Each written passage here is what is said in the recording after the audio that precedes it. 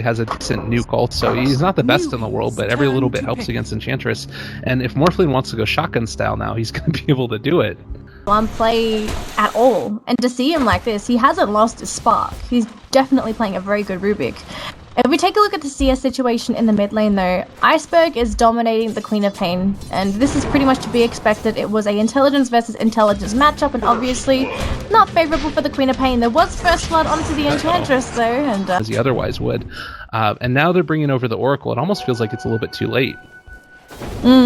I think so as well. And Chuan being chased up by Iceberg. I mean, look at the block. That was very nice. Finally getting rid of the very annoying Rubik. At least you get rid of the support down the bottom lane, so Hao's going to be a little more hesitant when it comes to farming this up. Oracle will sit around and help him out. 3 in the top lane though, so 2 layers here ready with the Chronosphere. They can try and kill Ramses. Is there enough damage between the two of them though? The two supports? I don't think so. They actually spotted this also. Really good warding here by the Dire is going to be able to see absolutely everything that's going on. As we missed the kill in the mid lane, as it looks Queen of Pain jumped on the Outworld Devourer. Sorry about that again, guys. Level 6 up on Lina, only level 3. I don't think they have enough damage.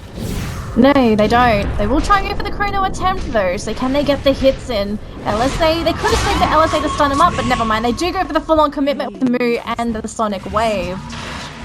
Very heavy commitment though, and always want to fly. He's going to try and fly out of there. Does get spotted and jumped on by 2 lane. Now there is no support. That should be the death of the Oracle, but here comes Enchantress, going to come in with the Sansheng as well. They get the stun onto leg, gets that kill. Now it's 2 versus 2 as Asado's just hitting on 2 lane. Moo unfortunately unable to really do too much as he's very low on mana. It ends up being a 2-for-1 trade.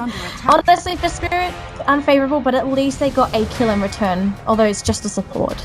Yeah, it's the lowest leveled support in the game besides that Oracle, I believe. It's really not what you want to have happen. So, not the best in the world. The other thing is that more easier, but it doesn't completely solve her problem. She's supposed to be a monster early. And it looks like mid lane, they want to jump into Iceberg. They had the Queen of Pain that was invisible. Now he goes for a straight Astral. Now here comes support. You've got the Oracle coming in. The LSA is going to be there. The nice setup from the OD himself. And unfortunately, he loses his life anyway. There was 4 heroes. And this Aegis could be crucial as well, because it might be you could say the safety belt of the Spirit when it comes to a team fight. So if you lose Iceberg right off the bat, armor is obviously great against the Chen creeps, and now that they have the Aegis, they're feeling really comfortable to start pushing. And this is what needed to happen. Like you mentioned, we have the Blink Dagger that's completed up on the Brewmaster. He's got his ulti. We did end up seeing a kill on the Oracle, as for some reason he. I'm gonna take the T2 at least.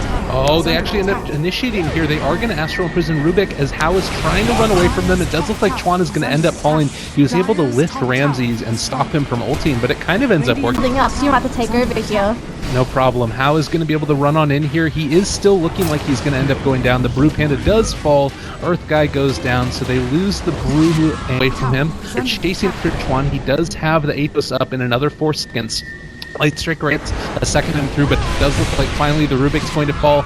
Lei might be able to go down also. Ooh, he's almost able to kill off Goldblack, but nice mechanism coming out at the last second, and he is not going to go down. Still, though, that's the Brewmaster for the Rubik, and a couple of big-time ultimates dropped, and no further ground taken as far as that ended up turning out. Can they get Hao? He's going to go down. He's going to get rid. He doesn't have a replicate either.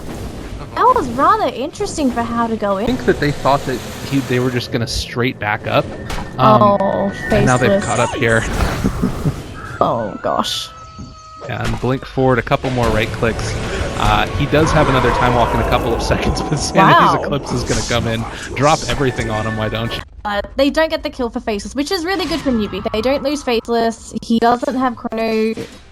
The state of this Faceless Void, he's mainly playing as an initiator, but I feel like he has to start moving into a scaling core. Even the Spirit, they honestly don't mind. They get the Chrono onto 3 heroes, and not onto the OD or the Chen. So they actually have any damage. They did a little bit, but unfortunately everyone gets their spells off. Hao having to go into the high ground. Can he actually TP out? No, there's going to be a quick Astral to keep him in place, and that's going to be the death of this poor Morphling, who just disintegrated.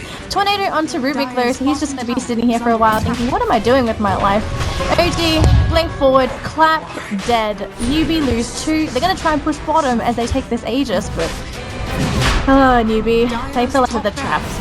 Yeah, this is less than ideal at this point in time. I mean, you've got so many heroes going. It's going to be return. They can turn it back around. Lincoln Sphere has been popped for How. Tule is getting jumped after. We do have Ancient Creeps chases. Newbee Tule is going to be able to survive a couple more ranks, and he falls. Chuan, while hiding in the trees, is going to be able to get out of there. Maybe even top T2, just because you know that the T3 tower is already down in that top lane. Honestly, I think that they've had enough of the split pushing. Morphling gets the solo kill up in the top lane on the Broom, going to be committed at this point, and I think that he's still going to die. He's not getting out of it. He gets the heal out of it, but yeah, he's gonna be a dead Chen.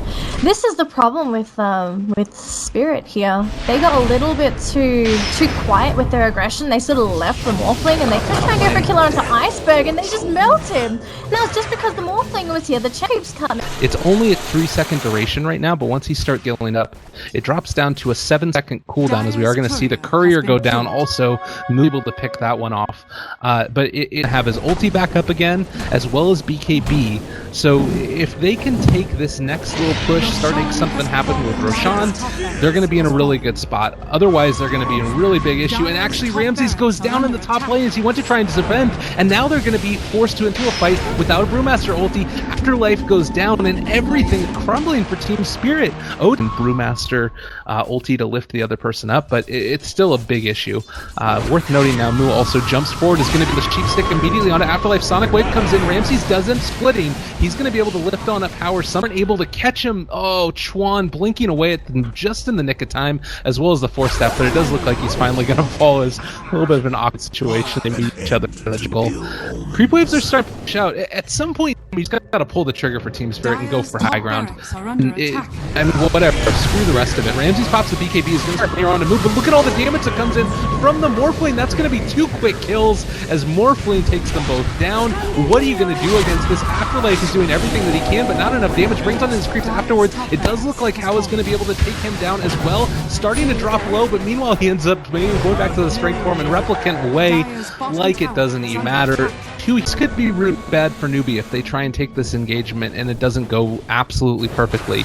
OD is sitting here, they jump forward, able to get that off. Meanwhile, the Brewmaster ulti is split. There's 2 people caught in the Chronosphere. How is going to be able to stay alive? And it looks like maybe the OD might be able to turn this one back around. It is still pretty low, blink away, and he's going to be fine, at least for the moment. Gold Black trying to drop a little bit low. He does end up getting off the heels. Meanwhile, Gold Iceberg is back in the middle of him and starting to be able to do that damage that he needs to How, and this is what I was talking about. This whole time, Brewmaster's been able to keep them out of the fight, and now he kills off another 3 heroes dead. They get the Astral Prison onto Lena. They might be able to twist one around, and they're gonna force some buybacks if they try and push now. Team Spirit go for hike into the bottom lane, then they have the capabilities of reinitiating up onto high ground. But as it stands, Ramses looks like he might end up going down himself. Look at all of the damage that comes in. They are going to be able to turn this back around, though, and here's Iceberg. They're going to be able to kill him off.